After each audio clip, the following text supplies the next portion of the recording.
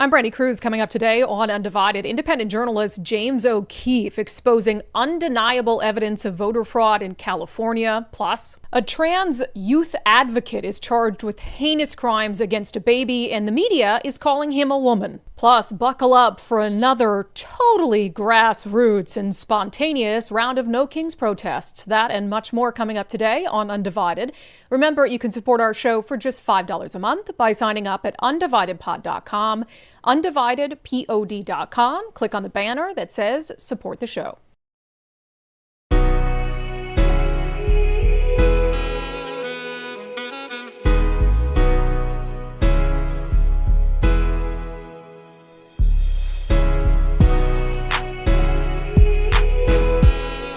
Hello, and welcome to Undivided. Thank you for being here. Thank you so much for your commitment to giving common sense a comeback. We have to start today in California because this independent investigation by James O'Keefe is insane. And I have to believe that this sort of weaponization of the homeless population to achieve political ends is certainly not relegated to California. It's something we need to be watching out for in Washington state as well. So James O'Keefe and another group of independent journalists, some of whom you will be familiar with, set out to follow up on tips and leads that homeless people were being paid in cash and sometimes other things to sign voter initiatives, ballot measures, and even register to vote. Here's part of his investigation. We found petitioners who were actually offering homeless people money in exchange for signatures on the ballot petitions. $2 to be exact, in exchange for their signatures. You got a light, bro? You need a cigarette. You want a cigarette? Bro, you want a cigarette?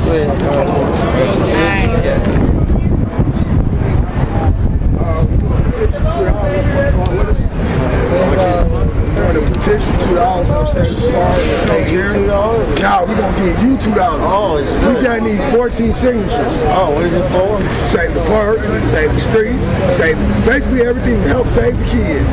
Nice. Who's doing it? We all doing it. What's the name of the group? Save the Kids Foundation. Kids Foundation? Oh, is it like voting or is it like... Everything. Notice the $20 bill pinned to this man's shirt. This is a signal to all nearby homeless people that he is a source of the money. Absolutely insane. So they're out there collecting signatures. They park themselves on Skid Row where all the homeless people are in Los Angeles, and they give them money if they sign the ballot measures. That is, of course, against the law, as James O'Keefe points out. Paying citizens to sign petitions is a violation of California Elections Code 18603, which states, quote, every person who offers or gives money or other valuable consideration to another in exchange for his or her signature on a state, county, municipal, or district initiative, referendum, or recall petition is guilty of a misdemeanor. And as he found out, they're not just giving them cash. Sometimes they bribe them with other things as well. But it wasn't just cash that we saw exchanged for signatures. We also saw the homeless being bribed with cigarettes and even drugs, marijuana, and all of that is considered valuable consideration. Marijuana. Literally like a nugget of weed out in the open in Skid Row for a homeless person so they'll sign an initiative.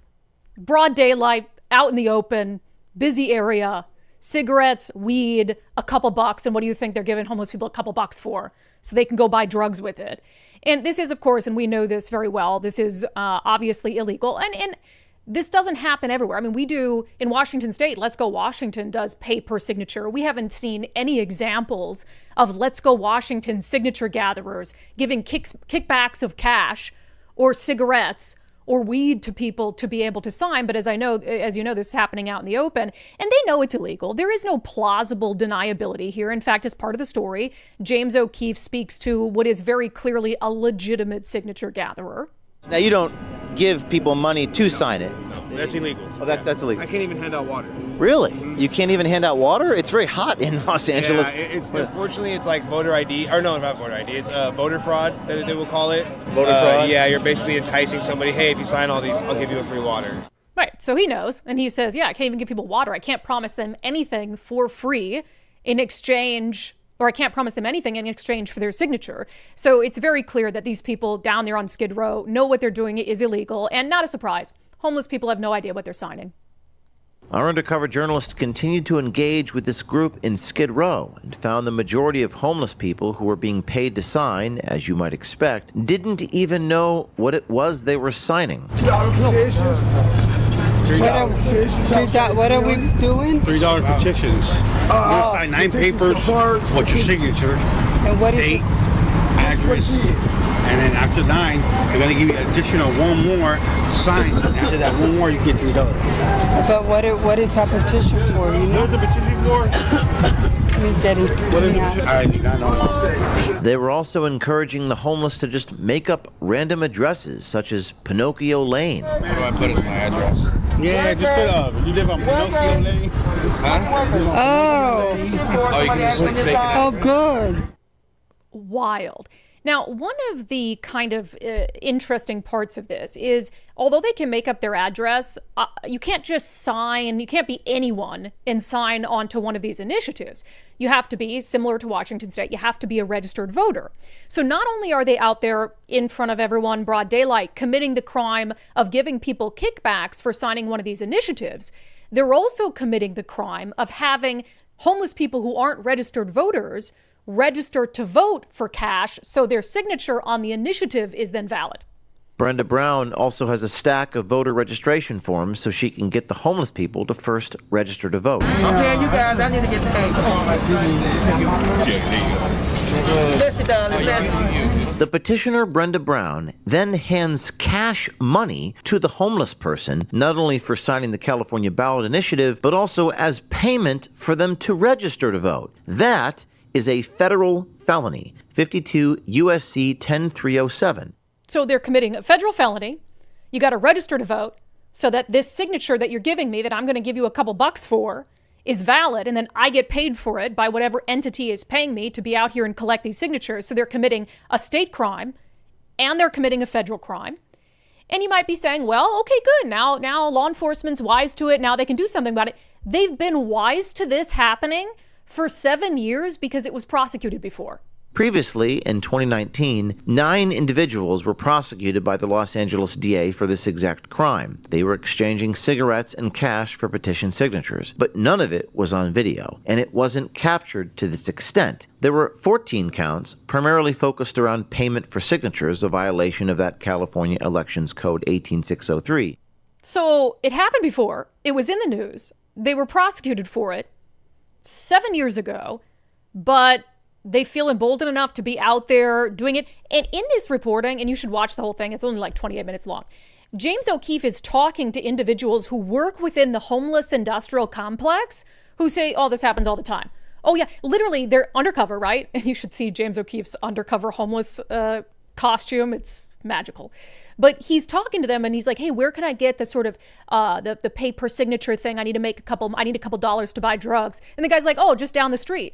So they've already prosecuted this. It's been the news, and nobody on Skid Row is saying, hey, this is happening again. In fact, as this is going on, there are cops right across the street.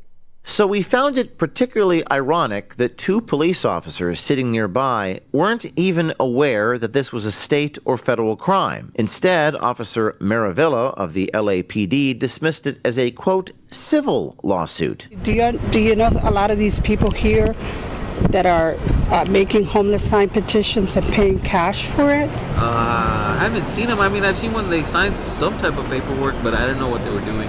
And I saw them at that, right here at the light over here in the back. Yeah. But I didn't know what it was for. Like maybe like 2 weeks ago, I saw them signing for something, but I didn't know if they were getting like money in exchange for it. Yeah, I think they're getting like $2-3 from what I observe. Yeah. Is that legal? I mean, if it's non-profit, I mean, they're signing it. It's a consensual. It's more of a civil thing. How do you not know? Especially in a city where in this exact area, they've been prosecuted for doing this before. How do you not know that it's against the law to pay people to register to vote or to pay people to basically vote with their signature? How do you not know that?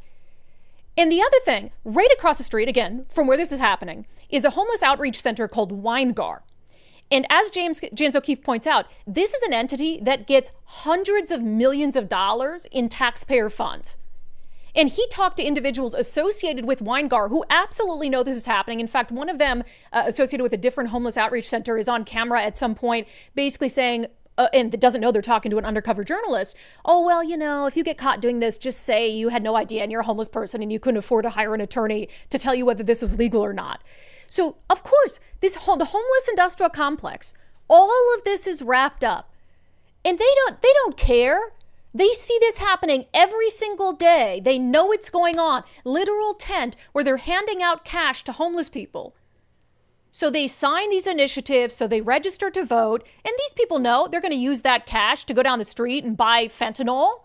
The fentanyl that's going to kill them or keep them into homelessness. The homeless industrial complex can continue to get hundreds of millions of dollars in taxpayer funds. And one of the things that's wild is, so James O'Keefe, it's undeniable, right? Never before has there been more undeniable proof of voter fraud than this. It's on camera 28 times. In just the short period of time they're out there, 28 times, he sees something of value exchanged for a vote or a signature or a voter registration, whether it's cash or weed or cigarettes or whatever it is. So it's undeniable. So Governor Gavin Newsom's office sent O'Keefe Media Group a statement saying this alleged activity, it's not alleged, it's literally on camera. I get innocent until proven guilty, but it's literally on camera. He says this alleged activity is a felony in California. Anyone caught engaging in this activity should be investigated and prosecuted to the fullest extent of the law. Okay, at the same time, and we're not covering this today, but Nick Shirley's in California, and he's exposing all this fraud around like home care centers and stuff, and it's just blatant. And what is Governor Gavin Newsom's office doing? They're putting out memes making fun of Nick Shirley for investigating and exposing very clear evidence of fraud. And now we're supposed to believe, but they take this fraud seriously because it's on camera and you kind of can't deny it? No, you don't take fraud seriously at all. And then the Secretary of State in California telling O'Keefe Media Group, under California law, it is illegal to give money or other valuable consideration to another in exchange for their signature on an initiative petition. Yeah, we know that. It is also a crime to circulate, sign, and or file those signed petitions with an elected official. Any initiative petition that is known to include forged names, that's illegal to do. The California initiative process is an important part of our democracy, and those who abuse our system will be held accountable. But again, how many cops? This is Skid Row. You know how many cops and government workers are in Skid Row on any given day? This has already happened in 2019. Prosecutions for it. They know this is happening. They just don't care. Register as many homeless people to vote as you'd like. And I have to wonder, now, they'll probably be a little more careful in the coming months because James O'Keefe's expose. But I wonder if he hadn't done this expose now, what he would have found if he waited closer to the midterms about them registering homeless people to vote and having them vote for Democrats. I'm sure that kind of stuff is happening there. Now, O'Keefe Media Group is part of this. They're doing this larger citizen journalist thing. And look who's down on Skid Row helping James O'Keefe with his work. It's our friend Jonathan Cho and Cam Higbee. So they posted a video today that they've gone down there at the behest of James O'Keefe to do some of this work. So I very much look forward to seeing what Jonathan Cho, I thought he wasn't a journalist.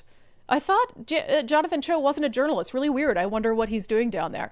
And then Cam Higbee, they're going to help Citizen Justice League, which is this entity being run by James O'Keefe, do some of this work down there in California. And I am sure that they will find just a ton of good stuff. But either you care about fraud or you don't care about fraud.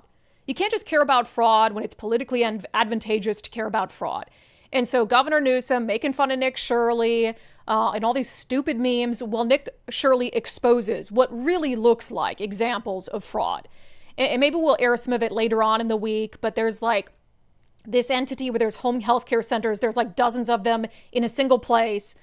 And there's like, they got Maybachs and like $200,000 cars that these people are driving.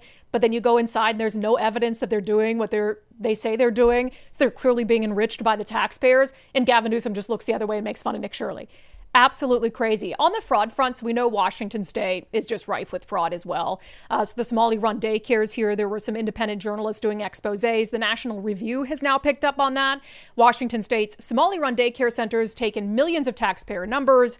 The numbers don't add up. And this is really just a look at some of the work that's already been done here that we've talked about on this show as well. But you'll recall, Attorney General Nick Brown in our state, despite all this evidence, of independent journalists knocking on the door of what's supposed to be a daycare. There's no kids. The neighbors say they've never seen kids there. There's no evidence of anything kids might play with or kids might do. And these entities are taking in $100,000 a month, despite very clear, and maybe I won't call it evidence, but clues that there ought to be something for the government to look into. Attorney General Nick Brown in Washington State has repeatedly shrugged off these allegations.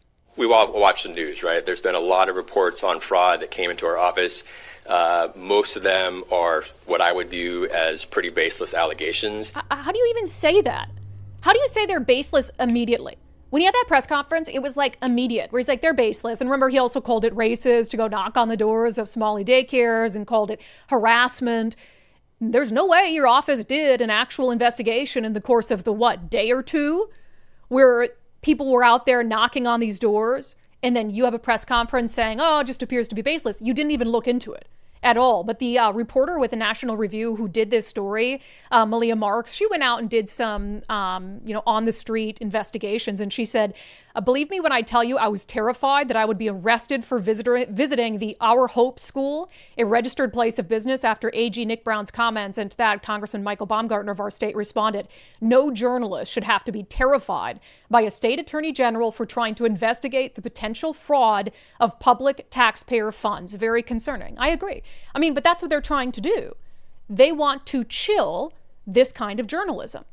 That's the only reason why the Attorney General and Democratic lawmakers in the state of Washington's immediate response would be to call this harassment. To go to the door and knock on a door very politely of someone who's getting hundreds of thousands of dollars in taxpayer funds to do something that they're very clearly not doing. They want to stop people like Jonathan Cho, people like James O'Keefe, people like Cam Higbee, and many, many other individuals who have taken on this important work. They want to have them be scared, like Malia Marks said, to knock on the door and worry, is the Attorney General's office going to accuse me of harassment? Am I going to be charged for harassment? Are the cops going to be called on me?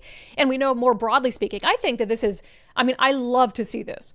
And really, it's all born out of the work Nick Shirley did in Minneapolis, what I think is a renewed focus on investigating fraud and the theft of taxpayer funds. And even CBS News now, under Barry Weiss, they sent reporters to Los Angeles to look into some of the fraud that's happening there. And so you're starting to see this trickle a little bit into the mainstream. And we know that President Trump has put Vice President J.D. Vance in charge nationally in looking into fraud. We started to figure out one big hole that existed is that the agencies of the government weren't actually talking to each other. So Treasury would have evidence of financial fraud, but wasn't talking to the Department of Justice about it. Health and Human Services had evidence of Medicaid fraud, but wasn't talking to the Department of Treasury about it. So what this executive order does is force the entire apparatus of the federal government to do two things: stop the fraud in the American taxpayer and make sure that the benefits that ought by right go to American citizens and not to fraudsters. Well, and also reevaluate, do we need to even be spending money in these places? How much can we cut spending? Because, if you had these programs for autism or whatever, and nobody was complaining that the programs weren't helping the autistic, it's probably because 10% of those people actually needed the services and 90% was just fraud. So you can give that 90% back to the taxpayers.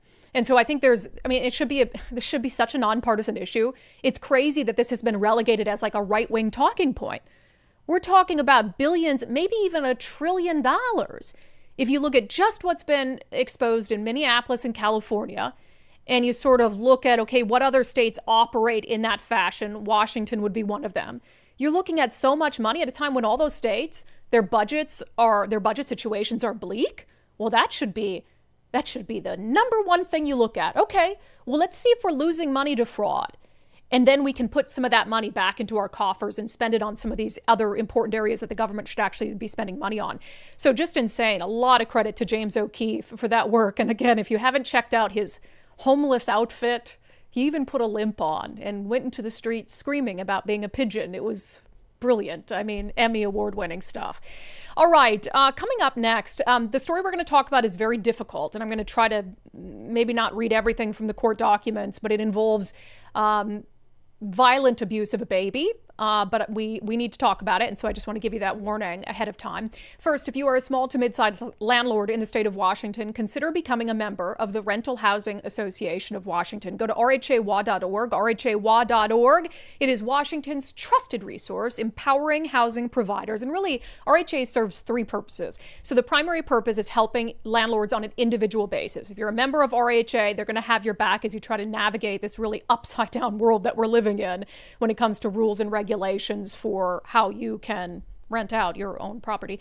And then they have events all across the state that are fun events for anyone really interested in housing policies. You can be part of those. And then they're down in Olympia advocating on your behalf, not just during the session, but all year long. So rhawa.org, rhawa.org, Washington's trusted resource, empowering housing providers. So you might have seen this story or this headline or a headline like it out in the local news media. Former member of youth-focused Pierce County Board charged with rape of an infant. Former member of youth-focused Pierce County Board charged with rape of an infant. And it talks about this 25-year-old who formerly served on a youth-focused board that provides insight to Pierce County about homelessness and housing instability, has been arrested and accused of raping an infant girl. Now, let me just say off the bat that how the media covered this is inexcusable. Absolutely inexcusable. Because they call this guy a woman. And it's a man. It's a dude who thinks he's a woman. So some of the headlines, and it says in these headlines, the defendant is transgender and uses the name Isabel, according to court documents. But then he goes on to say, and her public Facebook account. She's charged with first-degree rape of a child and sexual exploitation of a minor after allegedly assaulting the infant in her care. Is that not the most disgusting, absolutely disgusting thing the media could do? Is blame the rape of a child on the female sex? And no, you don't get away with it because you say, oh, but the defendant is transgender. But she, her, we're going to use their preferred pronouns. I don't know. I feel like if you're accused of a violent, serious offense, maybe you lose your right to have your preferred pronouns used by the media. And the newsrooms will say, and the Associated Press will say, because it's AP style, that they use preferred pronouns in their reporting. I feel like that's a bit obtuse. You can't make an exception for someone who's accused of raping a baby. Like, maybe we make it clear, this is a man, because part of the crime was using their male anatomy to rape a child. And that's like, how do you trust a media outlet that will call that obvious man a woman who used their male anatomy to rape a child? To me, you can't trust that media outlet at all. Totally untrustworthy because they're making a decision to lie to you. So Redux is a much better website to go to actually read about the truth in regards to these incidents. I want to read you a little bit about the accusations here. It says a Washington man, thank you, who identifies as transgender has been arrested and charged with the rape of an infant girl. William Kelso Flournoy, who uses the name Isabel or Izzy, was charged last week with first-degree rape of a child and sexual exploitation of a minor. Tacoma police began investigating the rape after receiving a Priority 1 level cyber tip from Google through a database used for internet crimes against children. And again, this is very difficult to hear. According to the Tacoma Police incident report obtained by Redux, the tip had flagged a photo uploaded through Google described as depicting a, quote, adult man on his knees with a small infant in front of him. The man, whose face was not visible in the photo, was penetrating the infant. And that's where I'll leave that. Absolutely just death penalty stuff. Should put these people to death. Goes on to say, disturbingly, the Tacoma Police Department incident report also notes that a search of Flournoy's room found that he was in possession of a baby's binky, a stuffed animal, and a child's character plastic drinking cup. The investigator noted that it appears Flournoy is interested in infantilism. So like those totally mentally disturbed people who pretend to be babies and dress as babies and do baby things. Absolutely insane. On Facebook, Flournoy claims to be a youth advocate, and he operated multiple social media accounts under the name Isabel. On X, Flournoy followed multiple transgender pornography accounts as well as engaged with racialized racialized pornography that fetished themes of white inferiority and the, quote, Black New World Order. Good God, what do you even do with this? Flournoy previously volunteered with the Youth Action Board, a youth-led group connected to the REACH Center in Tacoma. REACH, massive player in the homeless industrial complex. It says that the Youth Action Board that he was part of provides input on issues affecting young people experiencing homelessness and housing instability. Something tells me that he just used that board in order to prey on people, prey on vulnerable people. And I worry so much about the homeless youth who are being separated from their parents, who the government is giving full autonomy to make decisions about their lives and their gender orientation and the surgeries that they might get without any sort of parental consent, cutting them off from any healthy structure that they have, and then throwing them into the arms of people like this at youth outreach centers. It's so absolutely disturbing, but I just cannot get over this. I cannot get over calling him she, her. What the hell has the media become? I don't know how anyone justify that. Please, My Northwest, Cairo, the News Tribune. And they're not the only offenders. We see all the time violent acts in the national media will use the preferred pronouns of the offender. Come out and explain it. Explain it to us in a way that makes sense. Because I understand the AP has its woke style guide. Another thing the AP does in its woke style guide is they say that you need to capitalize the word black, but lowercase the word white when it's used to describe a race of someone. So these are the kind of people that we're dealing with. And they have their policy, use preferred pronouns. But I feel like, rules are meant to be broken. And if you're talking about someone who raped an infant, maybe we just tell people it's a man. It's a man. The normalization of this is beyond my comprehension, and it's the kind of stuff that keeps me up at night. Just disgusting. All right, speaking of, getting a hold of these children, other people's children, so you can indoctrinate them in radical gender ideology. We have a perfect example of that coming up in our segment, Unbelievable. First, our friend Wes Jones of sellwithwes.com is the person that you want to reach out to if you're thinking about selling your home. Our friend Preston, a viewer of the show, reached out to Wes to sell his home when his family was building their dream home elsewhere, and he said he absolutely loved working with Wes and how Wes made him feel. Oh, sorry. That's okay. We had a clip and I was going to play it. Go from Sell with Wes to Sold with Wes. You can go to his website and take a look at all the listings that Wes has sold recently, so you can see the outcomes that he's been able to have for his clients and just some of the reviews that his clients have given him. One of the wonderful things that Wes and his team offers is their Listing Boost concierge service, which I think is pretty cool. He comes in, does a pre-inspection, anything that might pop up, he can help you deal with it on the front end, so it doesn't come up later in the sale. And that's something that his clients have just seen a tremendous amount of improvement for. He's been doing it for about 10 years and they love it. So sellwithwes.com, sellwithwes.com. It really just is a better way to sell your home. With that, let's get to our segment, Unbelievable.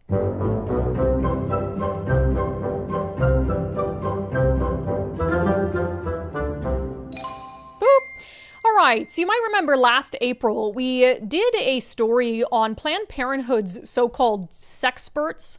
So Planned Parenthood dubs teenagers in different school districts as their resident sexperts, which is just so creepy in and of itself. And then they'll highlight their sexperts. It's a hard word to say. Sexperts like Eli. One thing I love about being a sexual peer educator is I love being asked the questions my peers would never have felt comfortable asking a teacher. One fact I wish everyone knew about sexual health is STIs are normal, totally normal. Sean H., an 11th grader, teen sexpert, says STIs are normal. So was that their whole thing, is just letting people know totally normal to get a sexually transmitted infection when you're in high school?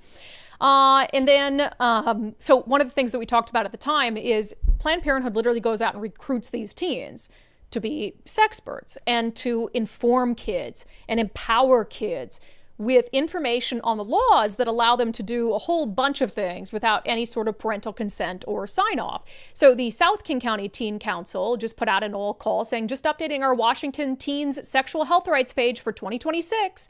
In Washington, people of any age can access birth control, abortion care, and prenatal care without parental permission. Knowledge is power. So they're out there on social media just saying, hey, here's all the things that you can do. Condoms at any age. Age of consent for sex. This is something we talked about in April when we covered it. The age of consent is 16. It's not a crime if you are 11 and have sex with somebody 2 years older or less. They're literally telling 11, this is, oh my God. If you're 12 to 13 and have sex with somebody who's 3 years older or less, that's not a crime. If you're 14 or 15 and have sex with somebody who's 4 years older or less, that's not a crime. I mean, it's really disgusting predator type stuff. And this is adults pushing all of this on kids and getting them involved in this. So here's something new we got a tip on. We did not realize when we covered this last year that they pay these kids. They pay them up to $400 to be one of these teen sexperts. They get a $400 stipend over the course of the school year for their contribution to the Teen Council's mission. And it also includes the ability to sometimes miss school for presentations. So you recruit, Planned Parenthood is going into our schools, recruiting teen sexperts to help kids bypass parental notification and parental consent to get all these sort of services, figure out how they can do it, where they can do it, where they can get gender care. This is all happening in your schools. Recruit the teens to tell their friends about it. Recruit the teens to tell 11-year-olds, oh, you can have sex too. It's not a crime as long as the person's is only 2 years older or less. We'll also give you some money if you want to do this work on behalf of Planned Parenthood. Basically creating the future Planned Parenthood clients and donors of tomorrow. And you can even miss class. How are they going to miss class? So you're telling me that they can miss class and their parents don't even have to know about it? If they're doing something for Planned Parenthood and making these sexual presentations. So this also from the South King County Teen Council, bragging about the success. This chick is holding this sign that says abortion forever. What does that even mean? What does abortion forever mean? It says, so far this school year, South King County Teen Council has facilitated 19 lessons for nearly 600 youth and supported almost 1,300 of their peers with informal education, from conversations about healthy relationships, which birth control methods to choose, how to get an abortion, or just providing resources like condoms and Plan B. And then there was a comment on here. We at the Condom Fairy love working with you. And that got us thinking, what the hell is the Condom Fairy? Because they're working with the Teen Council, which of course is recruiting kids in our schools. So here's the Condom Fairy website. You'll notice the little sign in the background of these women that says, abortion access is a community responsibility. Again, what does that mean? They just make up sentences that sound nice to them and they don't mean anything. And in here it talks about reproductive health resources in Seattle. The Condom Fairy is a nurse-led nonprofit making sexual and reproductive health care more accessible, affordable, and private in resource stations across Seattle. We provide free products, educational resources, and referrals to affordable services. So just another layer of this sort of indoctrination system. So it says that they don't just provide condoms, they also give out lube.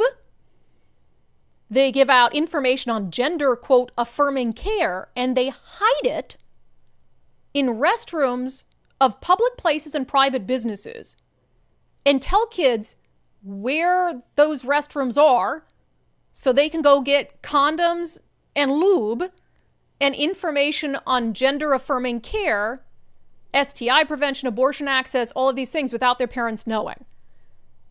So they find, it says, our resource stations are located in everyday spaces like coffee shops and hair salons, so you can access them without an extra trip to the pharmacy. No, so you can access them when your parents aren't around.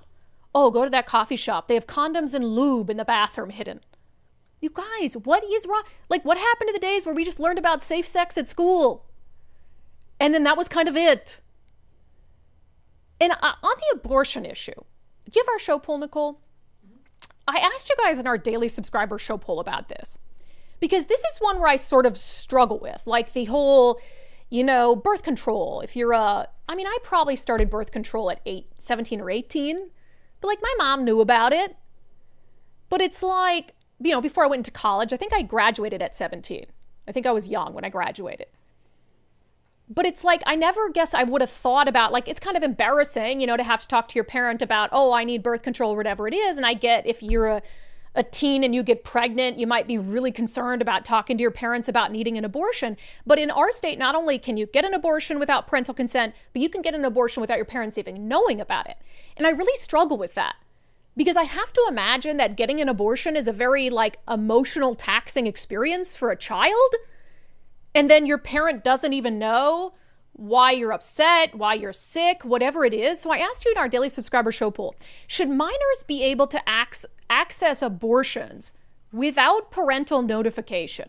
Remember, notice I didn't say consent. Mm-hmm. I said parental notification, because I do think it's a weird concept to say a parent like can prohibit you from having an abortion. Like, let's say you're 17 and your parent makes you have a child. I do find something weird about that, personally. Okay. So I made it more broad than that, which is like your parent can't stop you from having an abortion, but your parent has to be told about it. So Nicole, should minors be able to access abortions without parents being notified that they're having an abortion? No, I think parents should be notified because I think it's part of the mental health support. But I also think that what they're trying to do here is make it normal to have an abortion. Like, it's not this big decision in life, and it's not going to, you might regret it later, things like that. So I think they're very much trying to make it just, this simple medical procedure. You just stop by the office and that way you don't have to have a baby. Yeah, but I don't think a child should ever go through something that traumatic without their parents knowing about it. And so, yeah, I personally, and I know some of you disagree with my stance on abortion, I don't believe a parent should be able to stop a child from getting an abortion. Because that's a huge thing. Like, that's basically would be then like a forced pregnancy. I'm opposed to that. Mm-hmm. But absolutely, yeah, no, your parent needs to know about it. Mm-hmm. Because how are they going to take care of you? To Nicole's point on a mental health perspective, 92% of you agree that no, they shouldn't be able to get it without parents being notified. Philip says Washington state politicians no longer have a functioning moral compass. Midnight Rider, nothing should come between a parent and their children when it comes to life-altering decisions. Jack threw this in there, abortion is murder, because he knows how I feel. And look, I don't believe, at some point, I feel like there should be a limit. Like, okay, you've had 5 abortions, you're cut off. Or like you need to be sterilized or something.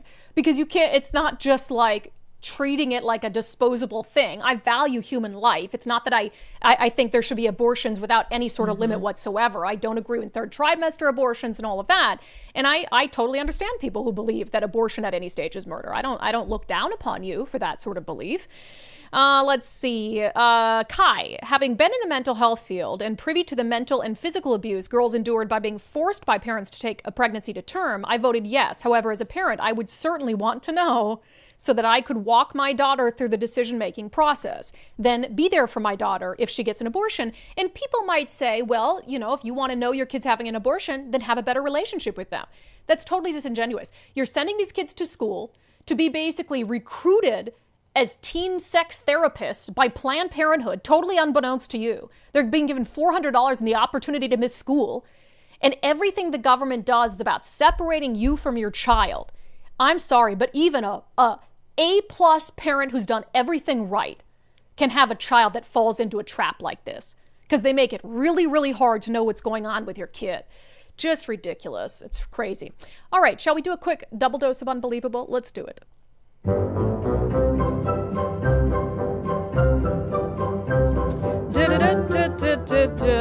Oh, gosh. I'm just warning you. This is more of a warning to gear up for another round of No Kings protests. This one, March 28th.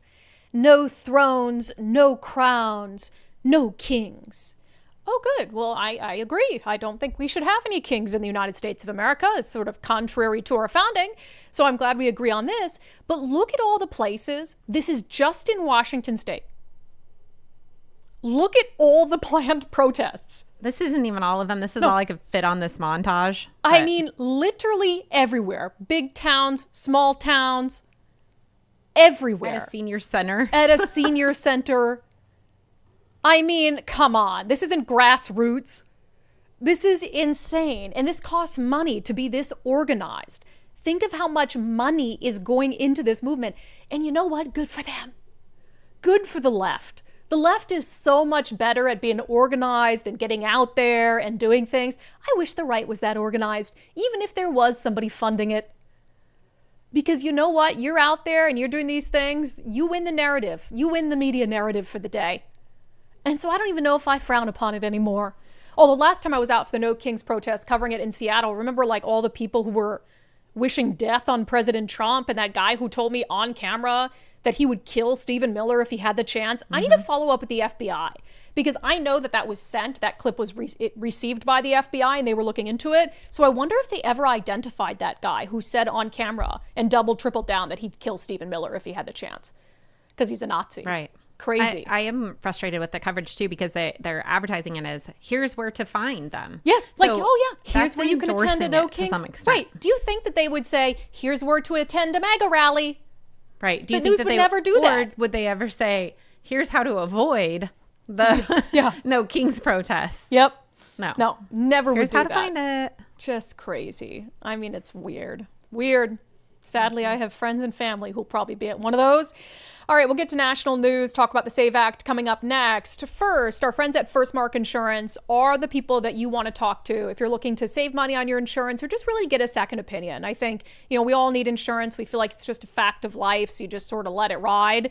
But you might be paying more than you need to pay. You might also have the wrong insurance for your needs, and so you're not 100% covered in the event that something horrible happens. We hear from undivided viewers and listeners all the time that they took the First Mark Challenge or saving hundreds, if not thousands of dollars a year. Robin, Carol, Debbie, Connie, we get so many great emails from you guys. And some of you, took the First Mark Challenge, found out you couldn't save money and then just went on your way, but appreciated the experience and the second opinion. So firstmarkinsurance.com, firstmarkinsurance.com. The very best part is they work for you, not the insurance companies. They always have your best interest in mind. All right. So on a 51-48 vote, the Senate advanced the SAVE Act for debate. We expect that the debate will probably last a couple days.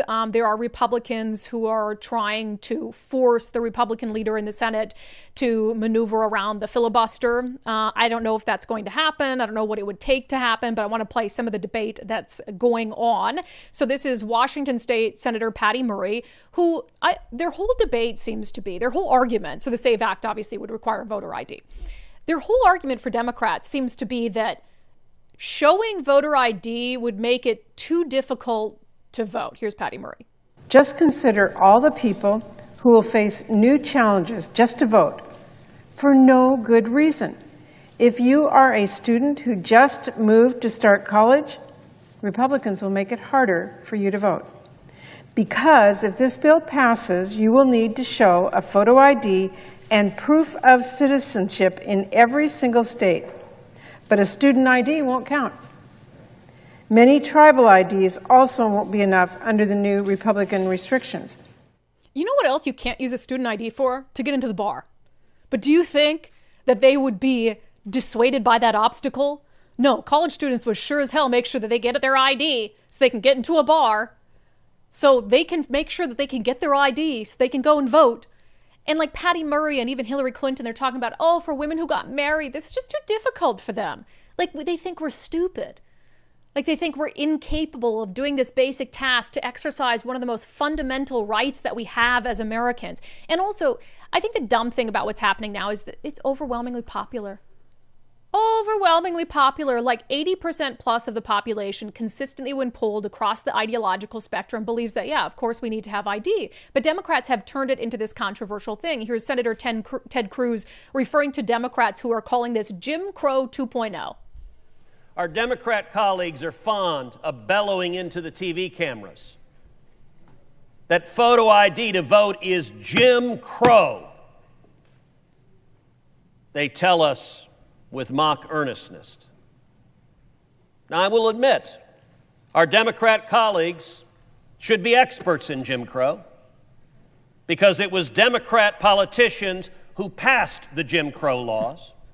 It was Democrat politicians who founded the Ku Klux Klan. It was Democrat politicians for decade after decade who enforced discrimination, separate but equal, poll taxes, and a host of other laws designed to prevent African Americans from voting. Yeah, and how is it that like Republicans got the one, like the racist moniker?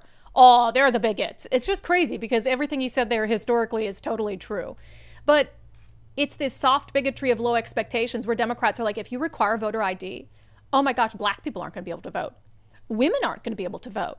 So we're just simple housewives, you know, just doing dishes and cooking food, and we can't possibly figure out how to make sure that our ID is valid. Despite the fact that so many of these states, because there's been the Real ID law, and they've given people years to get their Real ID. And what does a Real ID prove? That you're a citizen of this country. And so it's not difficult at all. None of this is difficult.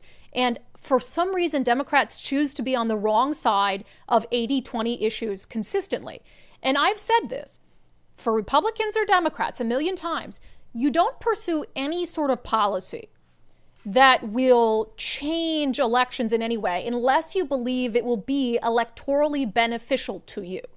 So Republicans believe that by making it only citizens who can vote, that will be electorally beneficial to them. And Democrats believe that if you make it that only citizens can vote, it will hurt them electorally. And that says a lot, right? One thing I want to note, there was one bill we never talked about that I think is a positive thing for election integrity in Washington state that was passed and signed into law by Governor Ferguson, Senate Bill 6084. It's a really small thing, but apparently there was some ambiguity in our state law about voting in multiple states in the same election. And there was sort of a concern about how the law could be interpreted, because obviously it's a very obvious thing. You can't vote in the same election twice in two different states. And so this is Senate Bill 6084. Here's what Governor Bob Ferguson said about it. Yesterday, I signed a bill prohibiting double voting by fixing an ambiguity in state law. Voting more than once in an election is an affront to everyone who participates in our democracy. I agree. This bill makes it clear that double voting is illegal. Those who try it will be held accountable, thanks to the Secretary of State for requesting this bill and to the sponsor, Senator Cortez. So it doesn't, I mean, obviously, there's already laws against voting twice. But the Secretary of State was concerned that our law, the way it was written, wasn't clear enough. And so they went in and fixed it. Good. No big deal. No problem with that whatsoever. All right. There continues to be just rock and roll, knock down, drag out fights among even the mega base and conservatives by and large about the resignation of Joe Kent yesterday as the head of counterterrorism efforts for the Trump administration. So, of course, he resigns, puts his letter out, blames the American Israel lobby for convincing President Trump to attack Iran, says that he claims that there was no evidence of an imminent threat from Iran. So he's getting a lot of flack for his past statements about Iran, like this one on a podcast. I mean, most Americans aren't aware of it. Our troops in Iraq and Syria have been attacked 150 plus times by Iranian proxies. And when we say Iranian proxies, we got to be clear on what that is. That's the Iraqi government that we pay. Because after the Iraqi military we spent $2 trillion on surrendered to ISIS, we had to go back in there in very short order and stand a military back up again. And guess who filled the breach? The Shia militias controlled by Iran did. And the Iraqi government's controlled by Iran. Right. So he's saying that Iran led to the attacks and deaths of U.S. service members on a podcast not too long ago. And so again, this idea of, isn't that an imminent threat? There's also continues to be this disagreement about what sort of information he actually had access to. The White House has accused him of being a leaker, said he wasn't part of any briefings on Iran. Tulsi Gabbard, who's the director of national intelligence, everybody was waiting for her to say something about this. She said Donald Trump was overwhelmingly elected by the American people to be our president and commander-in-chief. As our commander-in-chief, he's responsible for determining what is and is not an imminent threat and whether or not to take action he deems necessary to protect the safety and security of our troops, the American people, and our country. The Office of the Director of National Intelligence is responsible for helping coordinate and integrate all intelligence to provide the president and commander-in-chief with the best information available to inform his decisions. After carefully reviewing all the information before him, President Trump concluded that the terrorist Islamist regime in Iran posed an imminent threat, and he took action based on that conclusion. This is a really interesting statement from her, because it's not either supporting or opposing the attacks against Iran and the idea that there was an imminent threat from Iran. She's basically saying, this is his job and this is mine. We provide him with what we have. He's the commander-in-chief, overwhelmingly elected. He makes the decision.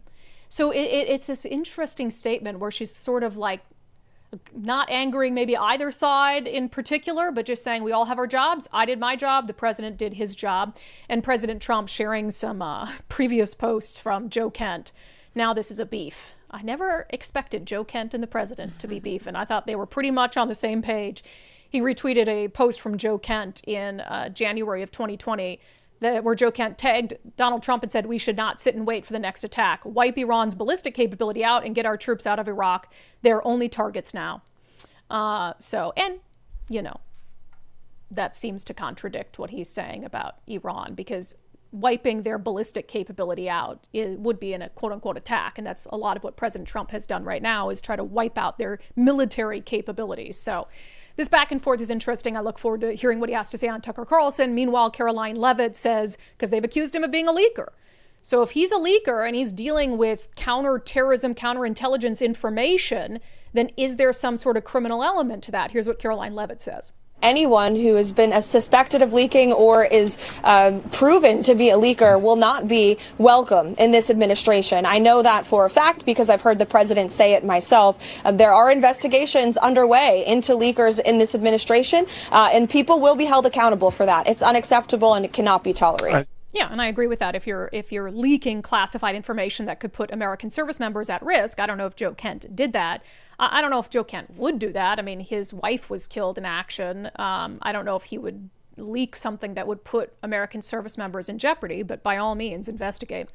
All right, we'll get to comments from the live stream coming up next. First, are you worried about what's happening in Iran and how it might impact your retirement portfolio, oil prices, all of those things? So Zach Abraham is having one of his free live webinars coming up on April 2nd. It was going to focus a little more on AI, crypto tech. They're still going to talk about some of that, but obviously I think they'll be a little heavier on what's happening in Iran and the global markets. But either way, they got a full schedule during the webinar to help you cut through the market noise, AI, crypto tech, and the real fundamentals of value investing. Plus, they'll do a full reveal of how Bulwark is focused on risk management, always looking for opportunities to lower risk, lower cost, give your retirement as much upside as possible. So join Zach's Cutting Through the Market Noise webinar. It's coming up April 2nd, 3:30 p.m. Pacific time. You can register for free right now at knowyourriskpodcast.com. And if you can't make it, make time to schedule your free Know Your Risk portfolio review and subscribe to Zach's daily market recap at knowyourriskpodcast.com. All right, some comments from the live stream. And yes, I'm sorry, you guys were like, Brandi, you're live. For some reason, my live camera was streaming out before the show started today. But luckily, I didn't talk smack about you guys because I really wanted to. I'm just kidding. I wouldn't do that. Everybody's Wednesday. Like, Brandi, you're live. And I'm like, I don't know, am I live? All right, on the California voter fraud, Snarky Distinct, never heard this name before. Save America Act has to pass or Trump administration is finished with the midterms. Let the revenge begin. And then says, rock bottom Washington is the only lesson. Same comment, but just a different subject. Every business and employee should leave. Amazon, Microsoft, Boeing, all of them. Yeah, we're about to hit rock bottom, as if we weren't there already. Moon Goddess, silence the independent journalists equals save the swamp. Yeah, the only reason you'd silence or try to dissuade independent journalism is you're trying to help politicians. Because what other point is there? Well, I think they're petty too. I think they just don't like something you said about them, so they're like, haha, I'm going to keep you out. Yeah, 100%. Rick Johnson, so much fraud, crime, and undermining of America by Democrats, it's truly unconscionable. La Pickett, that's why, and you notice you're not seeing these massive fraud stories in red states. No. You're not seeing it. I'm not saying fraud doesn't exist in red states. Most states saw some level of fraud during the pandemic, for instance. But they go where it's easy.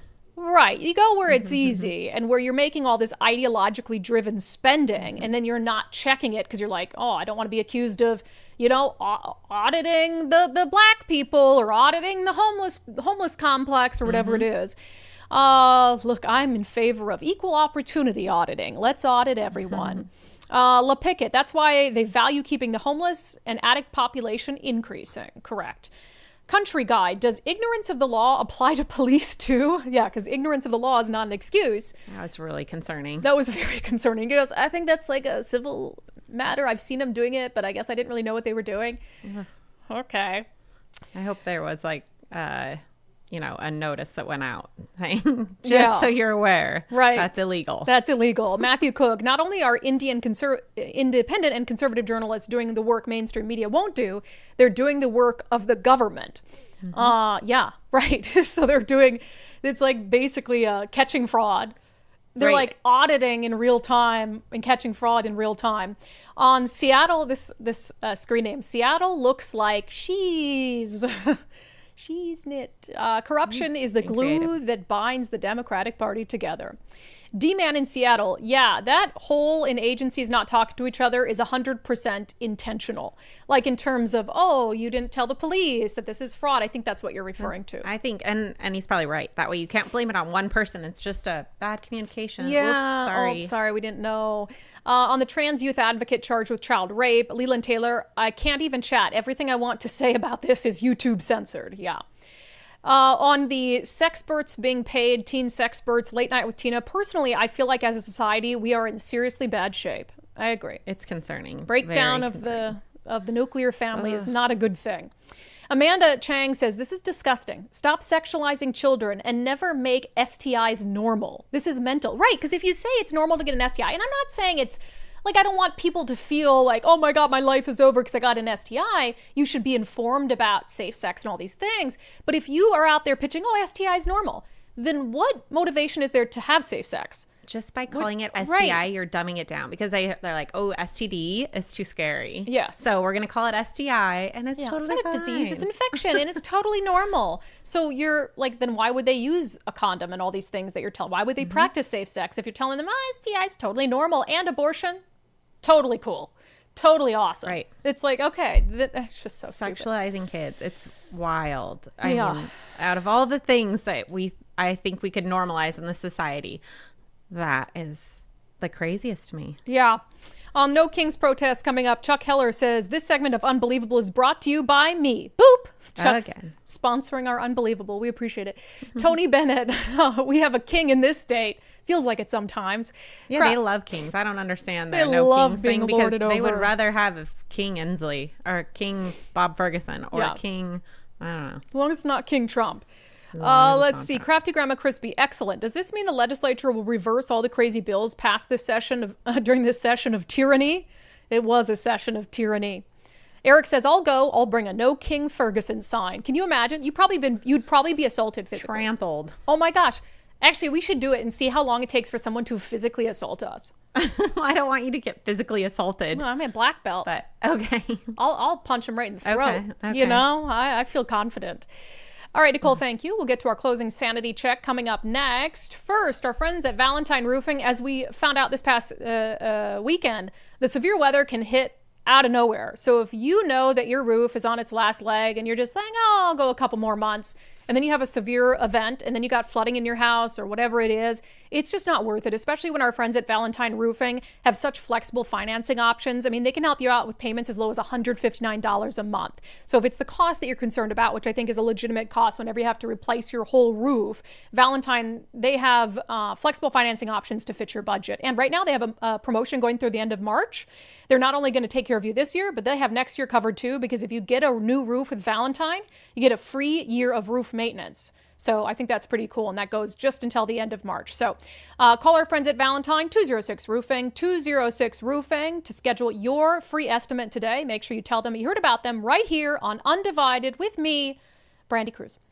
And with that, let's get to our closing sanity check. Oh my God, Donald Trump continues to say that the 2020 election was stolen. He's a threat to our democracy. What a horrible person. You cannot claim that elections can be stolen unless you're a Democrat and you're accusing Trump of stealing an election. So I would just say if we ever get to the point where you are being asked to put armed ICE officers at polling locations, we have lost the plot as a country. We have fundamentally lost it. And until I hear someone tell me that this man, President Trump, will actually allow us to have a free and fair election, there is zero trust here, and I cannot trust that he won't try and steal it again. Yeah, again. So totally disqualifying for President Trump to say an election was stolen, but perfectly fine for Democrats to say President Trump stolen election. Got it. All right, that has been our closing sanity check. That has been today's episode of Undivided. Thank you for being here. Again, go watch that whole James O'Keefe investigation. Just wild. If not for any other reason, just to see his acting job as a homeless person in Skid Row in LA. That in and of itself is worth it. And I am sure our friends Jonathan Cho and Cam Higbee are going to do some awesome work down there as well. I think I'm a little too old to go undercover as a homeless person. I think I've been doing this a little too long. Well, I don't There's a think lot of that's the reporting I'll reason. like to do. Why are you saying that I wouldn't be able to pass as a homeless person? Oh, you're a good actress. I could see that, but Figure it out. But I also just wouldn't put you in that vulnerable situation. Yeah, you know. Let the boys do it. Gotta be Yes. honest. Let them do it. All right. If you'd like to support our show, go to undividedpod.com, undividedpod.com, because on this show, we don't refer to child predators by their preferred pronouns. I think that's a really great reason to support the show. We will see you back here tomorrow for our final live show of the week.